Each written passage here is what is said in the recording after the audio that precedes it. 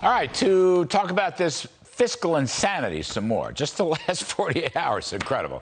Earlier today, I visited with Senator Rob Portman. Please take a listen.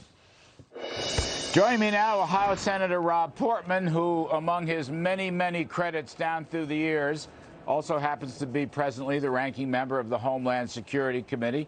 Senator Portman, great pleasure to have you back, as always.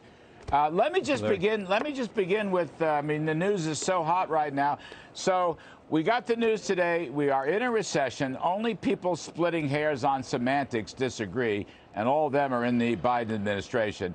And the proper cure, the best cure, is a $735 billion tax hike. Now, I think that kind of begs common sense. Maybe you can help me on this. But if we're going into recession, and I might add the second quarter numbers were even worse, so we're going to probably have a third and fourth quarter recession, why are we raising taxes, sir? Exactly the wrong thing to do right now. And very specifically, what it will do is it will hurt workers' wages. It will hurt consumers by raising prices, both of which are exactly what we shouldn't be doing at a time of high inflation and low economic growth. Why? Because wages aren't keeping up with inflation already. That's the big issue out there. And second, with regard to products, we don't want things to cost more at a time when inflation is already driving their costs up way too high. So it makes no economic sense. On top of that, the way in which the Democrats want to raise these taxes is using an alternative tax calculation system, using essentially what they call book income, meaning GAAP income. And you understand this better than anybody, Larry, but that's terrible for the economy because it will have businesses actually managing toward that to avoid taxation, which is bad for the economy, bad for economic growth, and precisely what we should not be doing right now at a time of stagflation. Low economic growth, below zero, and high inflation. So, yeah, let's just spend a moment on that, because the 15% minimum corporate tax does not provide any carve-out for the immediate 100% expensing of plant and equipment, which some people believe was the most powerful part of the corporate tax cut. All right, the 21% rate is also very important.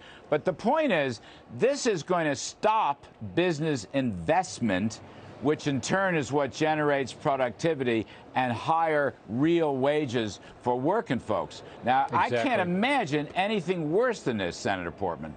Well, it couldn't be worse, in part because if you look at these numbers that just came out today, it indicated that investment is down. Yes. And that includes inventory investment. It includes investment in the kinds of things that you're talking about, which would be new plant equipment, expanding facilities, all the things that we want to see. That investment actually was relatively low in this last quarter, even as compared to the economic growth numbers. So that's what drove our low economic growth in part. So it's exactly the wrong time to do that. And on this show, you're going to be able to explain to people, I know because you understand this so well, how this is negative for workers, it's negative for consumers, but it's also bad for our overall economy and our interest in trying to climb out of this recession. You know, by the way, just to emphasize your point, business structures, so-called non-residential structures, which are essentially factories, plants, you know, that kind of thing, down 12% at an annual rate in the second quarter. So that's only going to get worse as a result of this crazy tax thing. But the other side of the coin is, I don't know, Senator Manchin says this is an anti-inflation bill. That's how the Democrats are selling this. I don't understand it. Not only are they going to raise taxes, which will cut back on supply of goods and services, but also they're going to increase spending by what, another $433 billion? Yeah. Really? And by the way, with regard to the tax issue, we're going to get an analysis from the Joint Committee on Taxation, which is a nonpartisan group that will be very similar to what they gave us last year, which says that these tax increases that supposedly fall on corporations because under their book income they don't show income, those will be paid by who?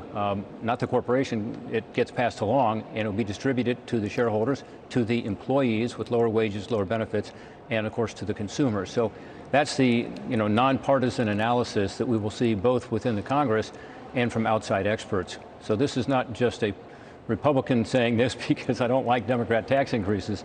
This is the analysis that we're going to get from the nonpartisan group, and I think people need to hear that. Senator, as much as 70% of the burden of the corporate tax falls on the wage earners, the blue collar, the working folks. as much as 7%. This was Kevin Hassett's great This is why in the 2017 Trump bill, we made sure not only to lower the rate, but to give 100% full expensing. And in a time of high inflation, straight line depreciation is a killer. It absolutely takes away any of the benefits of the 100% expensing. So I don't understand this. And look, we also have, because Chuck Schumer basically did not tell Mitch McConnell the truth, you've got a $284 billion spend on the CHIPS Plus bill. I understand there's national security in there, but you know, that's another spending item which wipes out any deficit reduction, which is what the Bidens are talking about as far as lower inflation goes. Yeah. To me, that process argument that we shouldn't have done CHIPS because of the reconciliation is actually less compelling than the actual substance of what's in reconciliation. I always knew the Democrats were going to do or try to do a reconciliation bill. Of course, they've been saying that, and of course they want to do that because they can do it without a single Republican vote. I think it's wrong that they're doing it, but mostly I'm concerned about what they're doing because it's terrible policy for the people I represent.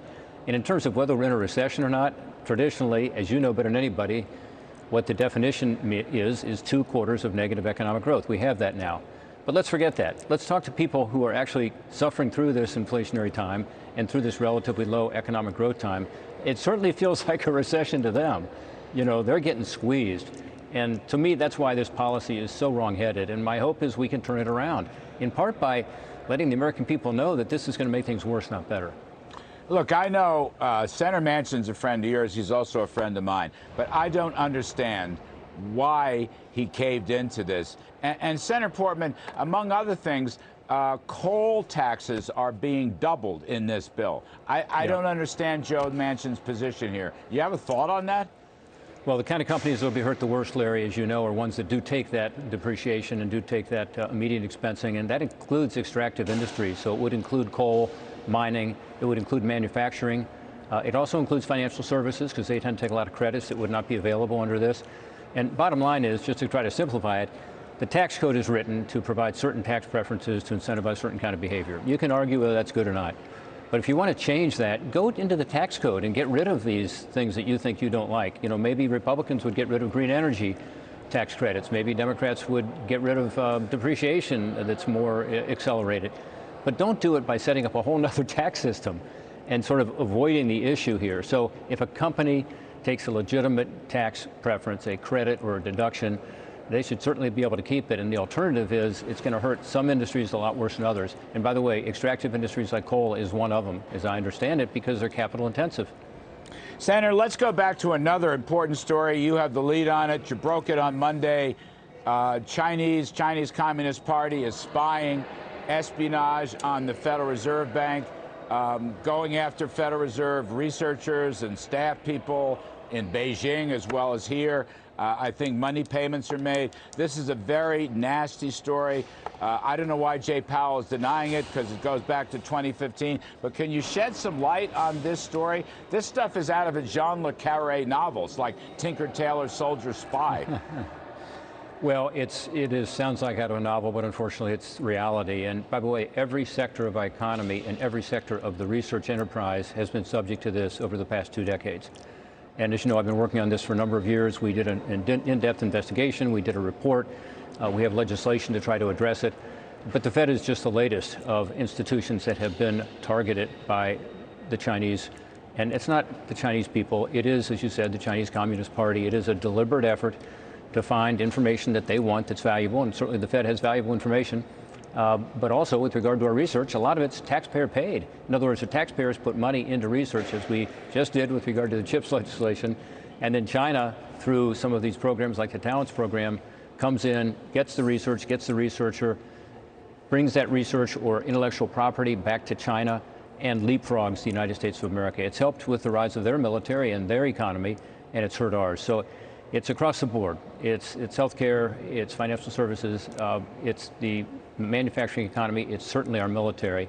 So this is where the Fed needs to be given a wake-up call. And I think they do a wake-up call now. They've already made some changes. They're trying to tighten it up, and I think they'll do more. But you think there's still some people out there, some Fed people that are taking money from the Chinese CCP or are sharing information or are sharing models? In other words, I think a lot of people want to know from your work, has this problem been solved and eradicated from the Fed? Well, take a look at the report. The report is based on actually a Fed study itself and the FBI. And what that report shows is that there have been a number of instances. We talk about some of them, not all of them. We do it on an anonymous basis, but we think it's important to get that word out there. And I do believe that this is going to result in the Fed tightening up their procedures, which is appropriate. That's the world within which we live, Larry. This is the 21st century where we're constantly being bombarded by probes from various governments, but particularly from the Chinese Communist Party, as you said, to try to get information. We've seen the hacking. We've seen what's happened in corporate America. The same thing happens on the governmental side, and the Fed is not immune from this. Do you want to play the lead role in the Le Carré movie? Do you want to play do you want the George Smiley role? It was Gary Oldman, but maybe you want to play the next movie. Yeah, I don't know. I think I'm more like a second. Maybe I'm the guy in the background, kind of shuffling along, trying to do the investigation. All right. Well, anyway, thanks for raising the issue, Larry. And look, we need to face it. This is a wake-up call, I hope, for all of us that this is a real problem, and we've got to tighten up our security procedures to be able to protect information. All right. Senator Rob Portman, thank you, sir. Appreciate it. Thanks, Larry. All right.